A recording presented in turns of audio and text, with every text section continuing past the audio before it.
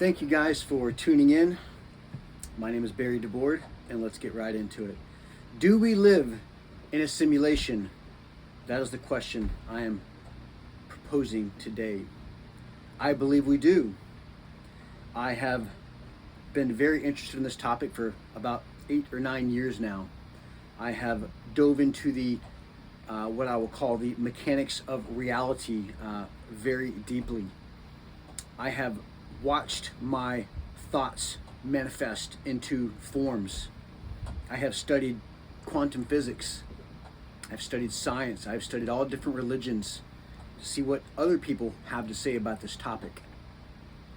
And after many years of research and deep thought with a unbiased mind, I have come to the conclusion that I have no doubt that we are living in a simulation.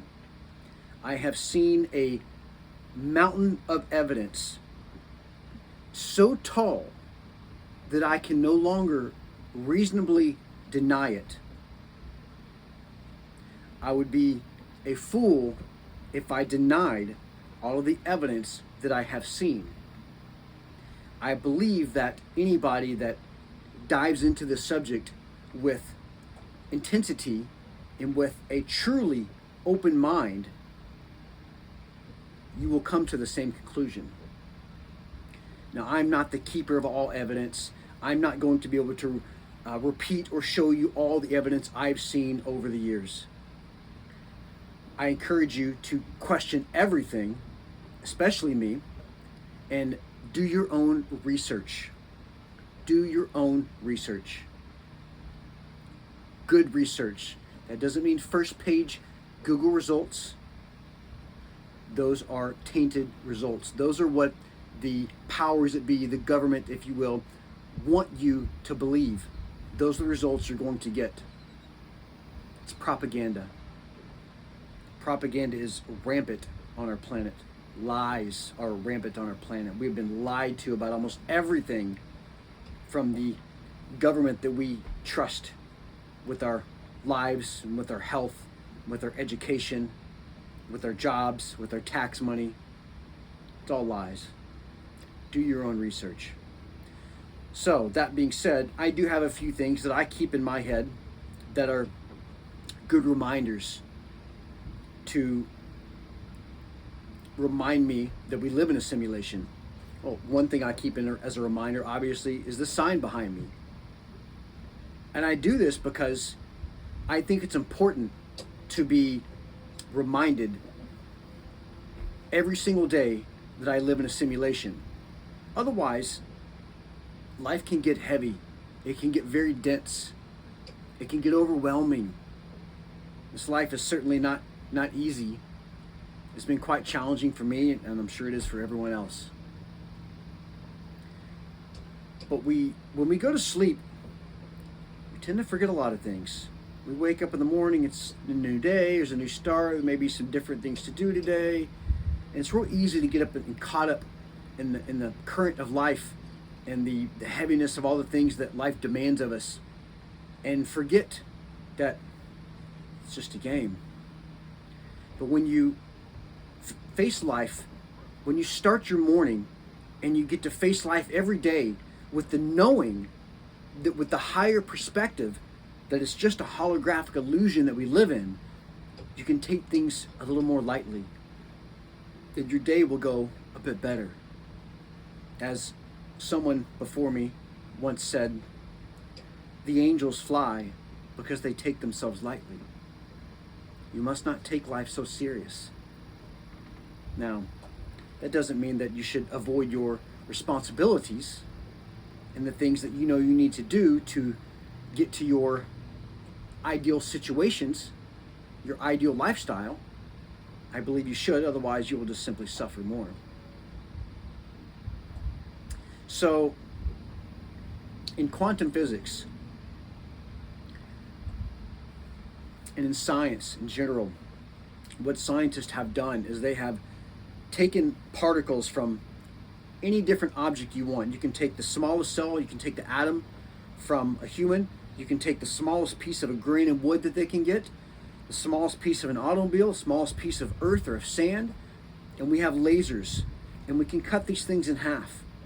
And then we take that half and we cut it in half again. We take a piece of that, we cut it in half again. And we do this until we get down to the subatomic particles. And from the subatomic particles, we continue doing this with these lasers. And you want to know what we find every time it's done? Another tiny little ball of light that is 99.999999% empty space. Empty space. Everything, every particle that we have taken and split it open is made up of 99.999999% empty space. And we find nothing in there, inside of it, but another tiny little particle of light. And that's what light is. Light is empty space. Light is awareness, it's consciousness. It's the consciousness of God breathing life into us. Everything in this universe is made up of the same exact thing, light. It's all made up of light. And it's all held together by sound, by vibration, by frequency. If you have never heard of somatics, I want you to look it up. Somatics is the science of taking loose particles such as sand or other substrates, putting them on a plate, putting a speaker or speakers underneath it, and sending it vibrations. And these vibrations will make the sand or the substrate form into different types of patterns. Some of these are very beautiful patterns. And with the right frequencies, they start actually rising up and building 3D structures. And that's exactly what goes on in our reality every single day. The light particles are held together by sound, by vibration. There is frequency everywhere. Remember, you can only see and hear in a small range of frequency. Your eyes cannot see X-rays. Your eyes cannot see gamma rays. They cannot see ultraviolet light. There is a huge spectrum of light, and we can only see about this much of it. It is the same thing with sound. Sound, there is a huge broad spectrum of sound, range of frequencies, but our ears can only perceive a very narrow percentage of that. Very narrow portion of that can we actually hear with the human ears. The rest of it is tuned out. It's not accessible to us at our current frequency that we are vibrating at. We are a receiver. The human body is a biological receiver. It's like a radio that is tuned to hear a specific range of frequencies. Just like when you turn your FM radio to 97.9, you can't hear what's going on 103.7. You don't get to hear that. You're tuned in to this frequency. Sometimes other things can come into this frequency as you're driving down the road, right? Other frequencies may start to bleed in a little bit as you get out of range. We can only hear so much, and we can only see so much. That's how the game works. That's the design of it. As you work on yourself and your own personal development, and you do things that will raise your frequency, you start to be able be able to see a broader range of frequencies in that spectrum. Instead of having this range of frequencies in the light spectrum, you start to see a little bit more. You start to see things that others don't see. And it's not just the visual sight of them. It's an inner knowing of them. It is a intuition. Same thing with your ears. As you begin to raise your frequency, you begin to hear other things that other people cannot hear. You can hear the more subtle sounds. You can hear the voice of God when you quiet down. When you sit down in meditation and you have a higher frequency, you can listen to what God is saying. You can listen to what the angels are saying. You can listen to what other beings are saying. You can listen to what your friends and family are saying. We are made to communicate telepathically. It is in our DNA. You simply have to unlock it by raising your frequency. Raising your frequency is a part of this game. It's a big part of this game. It's what's going to give you the most spectacular life. It's what's going to enable you to see the most beauty in the world. And beauty is what we all really love. It also allows you to see all of the negative things in the world that you couldn't see before. When you raise your frequency, you get to see all of the devil's tricks, which isn't always so pleasant. That's why when people go through a spiritual awakening, when they suddenly jolt their frequency up by opening their mind, you can do this pretty quickly. When they do that, they tend to go in a downward spiral for a little while, for a few months, maybe a year or even two, because they have to see now all of the evil in the world, because they tuned into a broader spectrum of frequency. This is just how the simulation works.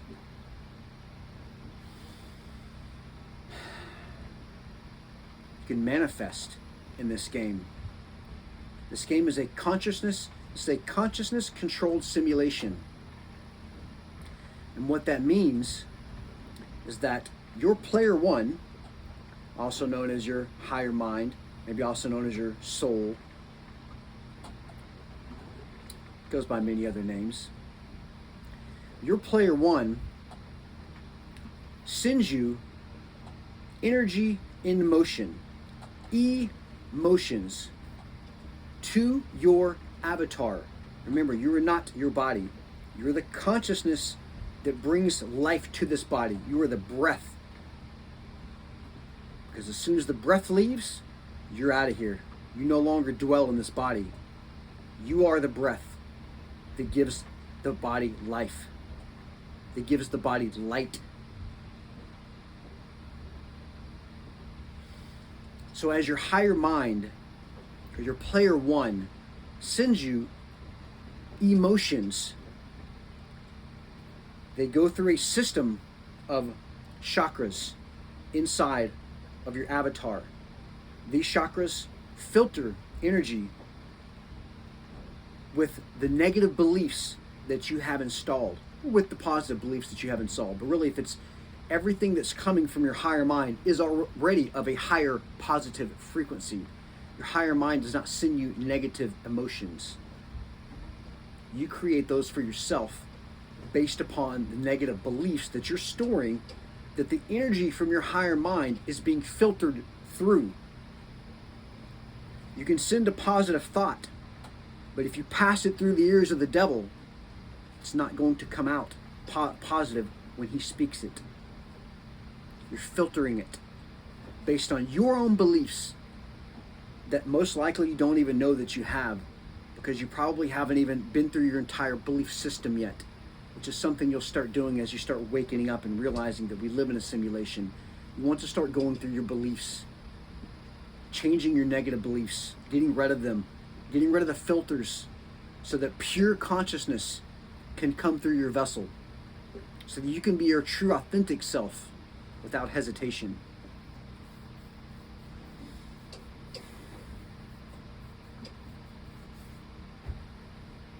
It's just a game. It's a school. Think about this. We're so close in our current technology from creating video games that are indistinguishable from reality. The graphics, the immersions are getting that good. We're very close. It won't be long, and you'll be able to put on a meta headset and immerse yourself into another reality. And then at some point, in the early stages of this, you're going to know that you're in another reality. You'll still have that in the back of your mind, but it'll be very immersive. But then there's going to be a day that's going to come. And when that day comes, when you enter the metaverse or other simulations, you're not going to remember that you have a body out here. You're going to forget that there's another version of you outside of the game. The game is going to do that for you. You know it's going to do it for you, and you're going to choose to enter the game anyway, knowing you're going to forget who you are on the outside. That will be the metaverse of the future.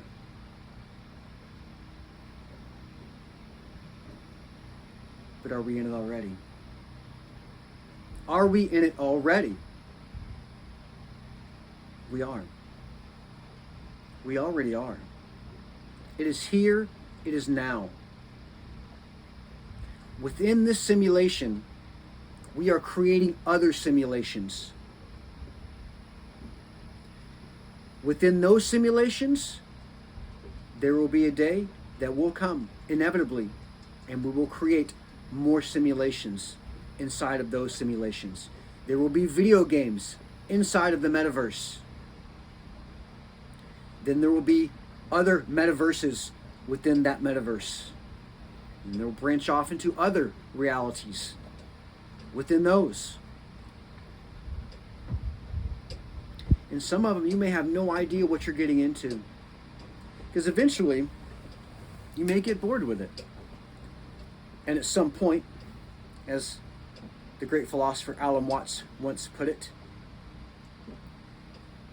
you will have to introduce a button called surprise. Because you'll be bored with the games that you've been playing. You'll know what they are. You'll know what you signed up for. And you'll get tired of it. You'll play the games where you can have anything you want. You'll play games where you can be a king. And you can have all the pleasure that you could possibly want. And after some time, you'll get tired of it. You'll play games where you can climb the tallest mountains. But eventually, you'll get tired of it. And you'll just want to be surprised. And you'll agree, I'm going to enter this particular metaverse. I'm not going to remember who I am outside of it. When I hit the surprise button, it's going to create a surprise reality for me.